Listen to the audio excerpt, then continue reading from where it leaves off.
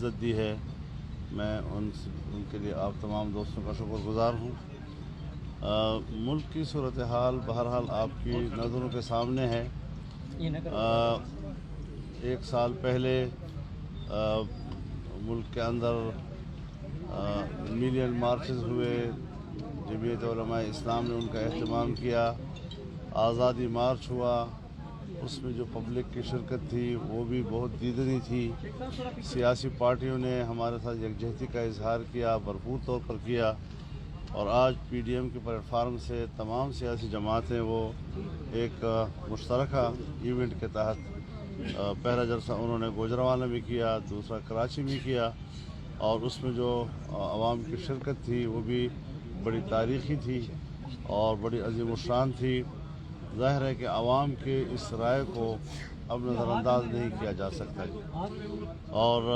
ہر قیمت پر عوام یہ چاہتی ہے کہ ان کا ووٹ چوری کیا گیا اور ان کی امانت پر ڈاکہ ڈالا گیا۔ آج جو جدوجہد ہو رہی ہے وہ ملک میں ایک آئینی حکمرانی کے لیے ہو رہی ہے کہ موجودہ حکمرانی وہ آئینی نہیں ہے، ایک جمہوری حکمرانی کے لیے ہو رہی ہے جس میں عوام کی شراکت کا تصور ہو، عوام کی مرضی کا تصور ہو، اور عوام پر مسلط کیے جانے کی حکمرانی کا تصور ختم کر دیا جائے۔ تو اس حوالے سے ہماری تحریک اور ہماری تحریک کی جو بنیادی مقاصد ہیں وہ پوری قوم پر ہم واضح کر رہے ہیں۔ یہاں سے ہم کوئٹہ جائیں گے، وہاں پر بھی انشاءاللہ العزیز یہی مناظر ہوں گے، اور پھر اس کے بعد ملک کے دوسرے حصوں میں انشاءاللہ العزیز۔ تو یہ ساری صورتحال اس وقت عوام کی اور پاکستان کے بقا کی جنگ ہے۔ تو ہم تو سمجھتے ہیں کہ اس میں تمام طبقے شریک ہیں۔ ہم 2 سال سے دیکھ رہے ہیں، تاجر طبقہ ہو، چھوٹے دکاندار ہوں، چھاوڑی والے ہوں، روزینے پر گزارا کرنے والے لوگ ہوں، ڈاکٹرز ہوں، اساتذہ ہوں، وکلاء ہوں، ہر طبقہ زندگی سے تعلق رکھنے والے لوگوں نے اپنا چیخ و پکار دنیا کو سنایا، لیکن طاقت کی نشے نے جن کو مدہوش کیا ہوا ہے اور ان کے کان بہرے ہو گئے ہیں، ان کو شاید عوام کی یہ چیخ و پکار اب تک سنائی نہیں دے رہی ہے۔ تو اس کے لیے ایک بھرپور جدوجہد کی ضرورت ہوتی ہے، اور اس جدوجہد کے نتیجے میں انشاءاللہ العزیز پاکستانی قوم کو نتائج مہیا ہو سکیں گے۔ جو ابھی موجودہ حالات ہیں، کیا یہ جو ہے ایمرجنسی نافذ ہو سکتی ہے یا؟ دیکھیے، ہم تو پہلے سے ایمرجنسی کے تحت زندگی گزار رہے ہیں۔ انڈکلیئرڈ ایک مارشل لا ہے، اور آپ نے دیکھا کہ کس طریقے سے کراچی میں پولیس کے آئی جی، ایڈیشنل آئی جی، اور ان کو کس طرح یرغمال بنا کر ان سے ایف آئی آر درج کروایا گیا، کیپٹن صفدر کے اوپر جس طرح ریڈ کیا گیا، اور ان کی اہلیہ ان کے ساتھ تھی۔ چاروں صوبوں میں فوج کے جو وہاں افسران ہیں ان کی بالادستی ہے، انہی کی گرفت ہے، اور سول انتظامیہ ایک تابع محض کی حیثیت رکھتا ہے، جس طرح یہاں سندھ میں ہوا کہ سول انتظامیہ کے اعلیٰ افسران کی توہین کی گئی، ان کی تذلیل کی گئی۔ یہ سب کچھ دوسرے صوبوں میں بھی ممکن ہے، کیونکہ وہاں بھی ان کا ایٹیچیوڈ یہی ہے، اور ایپیکس کمیٹیوں میں یہ سب بیٹھے ہوتے ہیں۔ بظاہر تو یہ ہے کہ ہم ملک کی دفاع اور ملک کی بہتری کے لیے اور دہشت گردی کے خاتمے کے لیے اکٹھے ہیں، لیکن تمام چھوٹے چھوٹے انتظامی معاملات اس میں بھی ان کی حیثیت ایک بالا تر کی ہوتی ہے، وہ کسی کو جواب دہ نہیں ہے، ساری انتظامیہ صرف انہی کو جواب دہ ہے، اور یہی ماشاء اللہ کی علامتیں ہوتی ہیں، یہی پھر ایمرجنسی کی علامات ہوتی ہیں۔ تو غیر اعلانیہ ماشاء اللہ یا غیر اعلانیہ ایمرجنسی سے ہم پہلے ہی گزر رہے ہیں، لہٰذا اگر یہ چیزیں ہو بھی جاتی ہیں ہمیں کوئی فرق نہیں پڑے گا، ہماری جدوجہد پھر بھی بہرحال جاری ہے، اور انشاءاللہ کسی کو جرأت نہیں ہوگی۔ ہمارا مطالبہ یہ ہے کہ یہ جو چاروں صوبوں میں فوجی افسران کی جو سول انتظامیہ پر اس قسم کی بالادستی اور پھر معاملات پر ان کی جو گرفت ہے اس کو ختم ہو جانا چاہیے، تاکہ ہماری سول انتظامیہ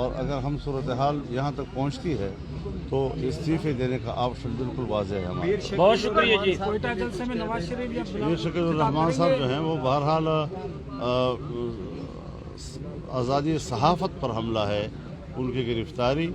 اور ان کے چینل نے چونکہ ہمیشہ اس نظام پر تنقید کی ہے، تو یہاں پر تو اگر کوئی جج بھی، کوئی صحافی بھی اگر اس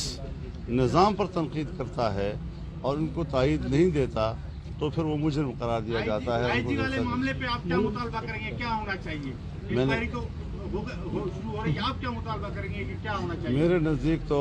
انکوائری کی ضرورت ہی نہیں ہے، فوری طور پر ان تمام ذمہ داران کے خلاف کارروائی ہونی چاہیے جنہوں نے ہمارے آئی جی کو اور ہمارے ان کے ماتحتوں کو یرغمال بنا کر زبردستی ان سے FIR کٹوائے ہیں اور ایک مہمان کی بے حرمتی کی ہے کراچی میں۔ تو اس صورتحال میں ہمارا موقف تو بالکل واضح ہے، اور میں تو سندھ سے باہر جانا چاہتا ہوں کہ تمام صوبوں کے اندر جہاں جہاں پر بھی فوجی افسران انتظامی امور پر اپنی گرفت رکھتے ہیں اور وہاں کے سول انتظامیہ کو اپنا ماتحت سمجھتے ہیں، ان کو اس سے دستبردار ہونا ہوگا۔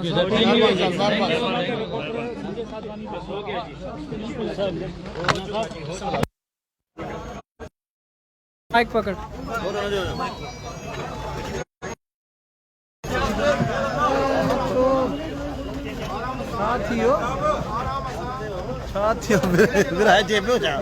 ہم جب لوگوں قابو کر پاؤں